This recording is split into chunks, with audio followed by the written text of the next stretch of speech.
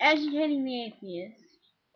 Um, I have to hand it to you. I don't usually get offended by these because, well, the average creationist makes such an outlandish claim that I think they are too ridiculous to take seriously. Even when they attack my morality, I don't get offended because I know what I'm like in my heart and I don't need their stereotypes to define me. However, you manage to get under my skin a bit, especially with your comments on cannibalism. You make a comment at the beginning of your vid, something along the lines of Thunderfoot is belittling things he doesn't understand. Isn't that the pot calling the kettle black? Especially with the comments you make on homosexuality in another of your vids. But anyways, what really bothers me about you is that you seem to think that an atheist is some kind of inhuman, selfish beast, simply because he doesn't believe in what you believe.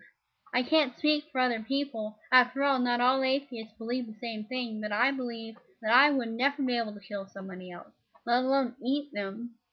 And find your blanket accusations that all atheists are capable of cannibalism deeply offending. I don't need a God to tell me not to kill my family, thank you very much. You can't judge a person based on their ideology alone. You must judge them on their actions, nothing more, nothing less. That's the only way you can understand the truth about a person. Furthermore, you only know how you will act in such a situation if you've been in such a situation. Do you seriously think that if you dumped a bunch of Christians on an island without any food, they'd form prayer groups? There is no God when your most savage instincts take over. As for the animals comment, I couldn't even kill another animal. I can barely kill bugs.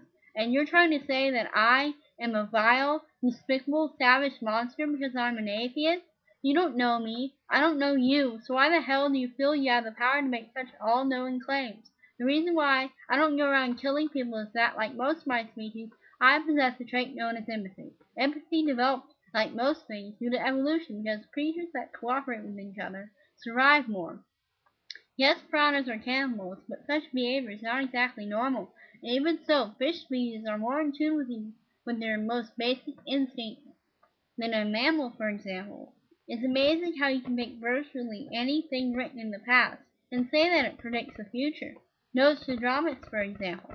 And yet you don't worship him. There is no winner in war. War is for the chess masters moving their pawns, and peace is a stalemate. So don't speak as if you know winners and losers in war.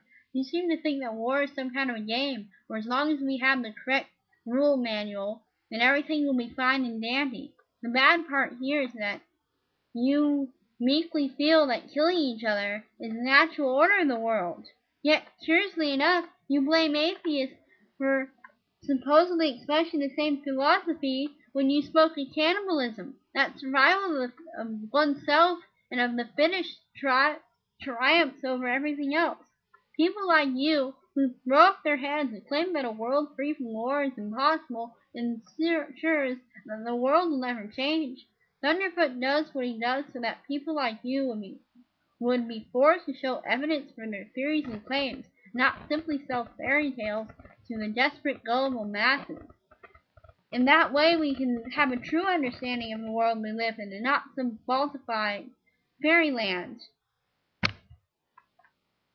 Sexual deviancy? There you go again, criticizing people who you don't even know.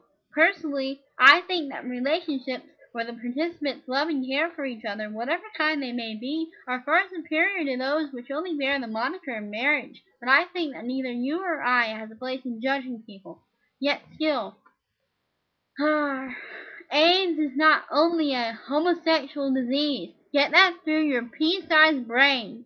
You can get AIDS several different ways, other than through sex, for example. Yet still, I don't believe it's your place to judge others based on who they feel attracted to. And I really think you should avoid topics which you obviously don't understand.